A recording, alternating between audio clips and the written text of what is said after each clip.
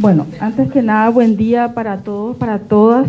Aprovecho para también pedir a todas las compañeras, a todas las mujeres paraguayas que hoy estemos en las calles por la marcha del 25 de noviembre, exigiendo nuestros derechos y sobre todo de la lucha contra la violencia, que con los últimos hechos de feminicidio y el aumento frecuente me parece que es una tarea de toda la sociedad paraguaya. Hombres y mujeres, marchemos hoy.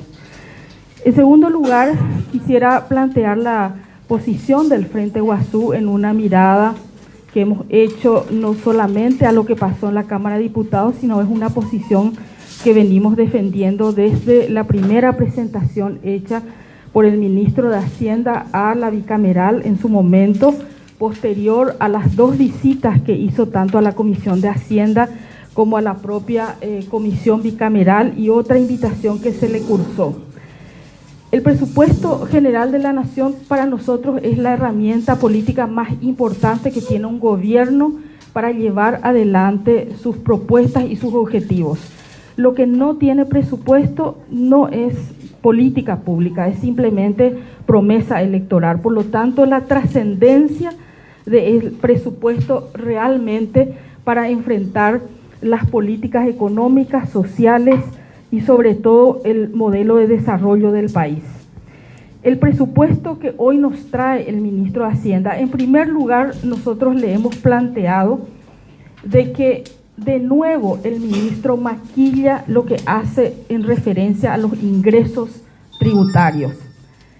Los datos presentados por el ministro de Hacienda para el presupuesto 2020 nos presentan un panorama de un crecimiento económico del 4%, nos plantean que va a haber una inflación del 4%, que va a haber un crecimiento del comercio exterior del 8%, pero sin embargo, cuando miramos los ingresos van a decrecer en lo que hace a tanto los ingresos tributarios generales como específicamente los relacionados al IVA, que es el que tiene más influencia y más relacionamiento con estas cifras de mejora del comercio y sobre todo de los datos objetivos que hacen a la composición del IVA. Solamente esta diferencia con relación al presupuesto vigente, más allá de comprender las dificultades económicas que existen y que van a seguir existiendo, nosotros creemos que hay una deficiencia de casi 0,6% del PIB y estamos hablando de cerca de 253 millones de dólares, que significaría la herramienta para enfrentar todas estas demandas sociales que hoy son presentadas por los diferentes sectores, especialmente en el ámbito de educación y de salud. ¿Cómo hace el ministro de Hacienda? Coloca una distorsión de los ingresos y después en el articulado de la ley hay más de 44 artículos que modifican de manera transitoria la Ley General de Administración y Finanzas y entonces le permite a él hacer un manejo discrecional de ampliaciones dentro del año siguiente y para que eso salga del control del Congreso Nacional de la Nación. En segundo lugar, nosotros venimos sosteniendo desde el Frente Guazú que hay impuestos que por razones meramente de acuerdos políticos no se implementan. Y hoy más que nunca, con todo lo que pesa hoy sobre el presidente Cartes y sus negocios, más que nunca hoy la clase política tiene que apuntar a aumentar los impuestos del tabaco. Entonces pedimos en un articulado que a partir del 1 de enero el ministro de Hacienda, por orden del Poder Ejecutivo, pase a las cifras máximas de las tasas de consumo para alcohol, para tabaco y para bebidas alcohólicas.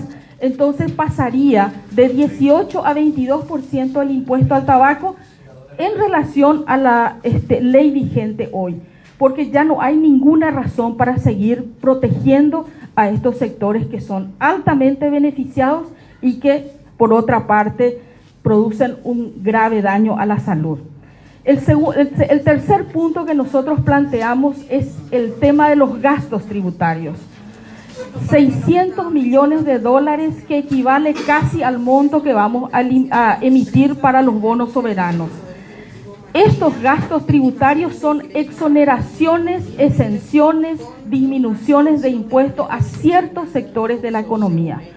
Esas tasas tributarias tienen que ser disminuidas en un 20% y planteamos que el ministro de Hacienda traiga los proyectos de cerca de 60 leyes que hay que revisarlas, y de esas le damos la potestad al ministro de Hacienda para que baje el 20%, presente un proyecto de ley al 1 de marzo y con eso empecemos una reforma fiscal a partir del segundo semestre del año.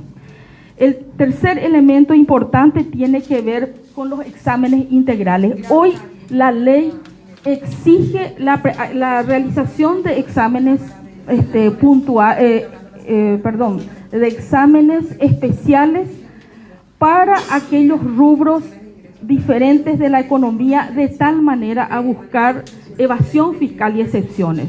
Tenemos 30% de evasión fiscal, algunos hablan del 40%. ¿Cuántas excepciones fiscales se hizo desde el gobierno de Cartes hasta este gobierno? 6 fiscalizaciones integrales. Esas fiscalizaciones integrales son la herramienta para bajar la evasión fiscal, que también, a nuestro criterio, es la manera de alta protección a sectores económicos que nunca han pagado aranceles y nunca han pagado impuestos en este país, o lo que pagan es irrisorio. Otro elemento que colocamos importante para el presupuesto tiene que ver con la transparencia de los gastos sociales. Vamos a estar en el 2020 con unas elecciones municipales en momentos muy crispados y cuando ciertos financistas están en este momento con serios cuestionamientos políticos.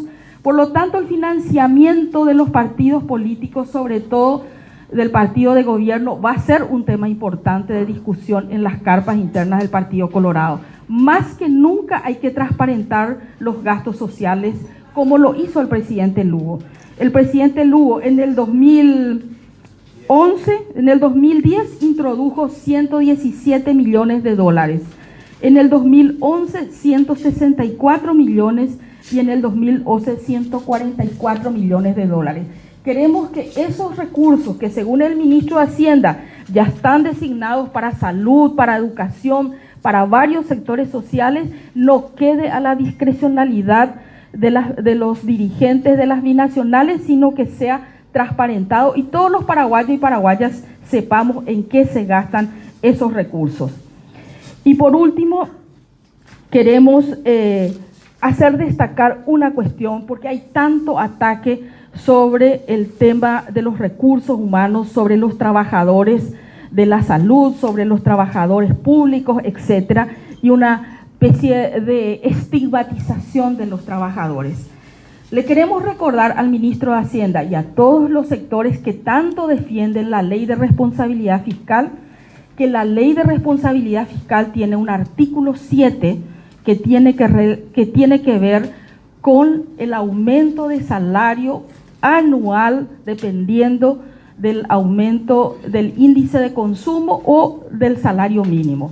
Eso nunca se ha implementado a partir del 2014 en que entró en vigencia la ley. Siempre nos hemos fijado en el déficit fiscal y nunca hemos tocado, y si lo hubiéramos hecho, no hubiéramos estado con tantos déficits y con tantos reclamos de los salarios de los trabajadores acumulados.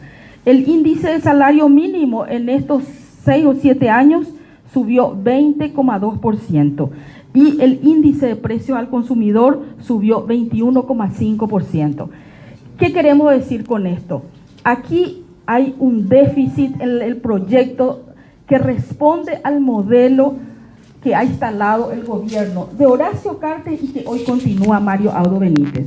Un presupuesto que solo le interesa deuda pública para la inversión pública en las grandes obras viales, no precisamente una inversión que permita en este momento de crisis reactivar la economía, y toda esta inversión a expensas de los gastos sociales, de los temas prioritarios en este momento demandados por la población. Estamos hablando de salud, estamos hablando de educación, estamos hablando de precio de los campesinos, de la agricultura familiar campesina, estamos hablando de los indígenas, estamos hablando también de los microempresarios, los pequeños empresarios, la generación de créditos para la inversión.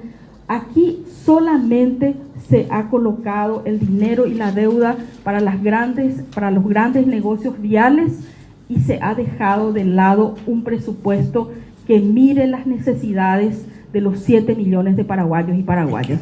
Por lo tanto, nuestra posición es muy clara. Aquí hay que cambiar la proyección de los ingresos, hay que hacer algunas reformas tributarias para el año que viene y hay que hacer una fuerte campaña de transparentación y también de lucha contra la evasión, porque ahí está el dinero que hoy tanto reclama la población. Muchas gracias. Bueno, la idea es que con esta proyección de 253 millones de dólares aproximadamente, podamos invertir en los temas que se vienen debatiendo en todos los ámbitos de la sociedad. Uno de ellos es el tema de los aranceles que pagan los estudiantes universitarios y que más o menos alcanza 31 millones de dólares. Esos aranceles pueden ser hoy cubiertos de tal manera a sacar del gasto de bolsillo de las familias esos gastos de pago de aranceles, de matrícula, de derecho a examen, que hoy es una erogación que muchas familias no la pueden llevar adelante y que hacen que los estudiantes abandonen. Así también creemos que eso se puede consolidar para la deuda de salud y para mayor inversión en salud, porque solamente hay una propuesta de un hospital a ser remodelado el año que viene y sabemos que toda la infraestructura de salud se está cayendo a pedazos, así como la deuda pública permitiría el abastecimiento regular de los hospitales y sacar ese problema de las familias que hoy lo resuelven con polladas, con hamburguesas y con solidaridad social.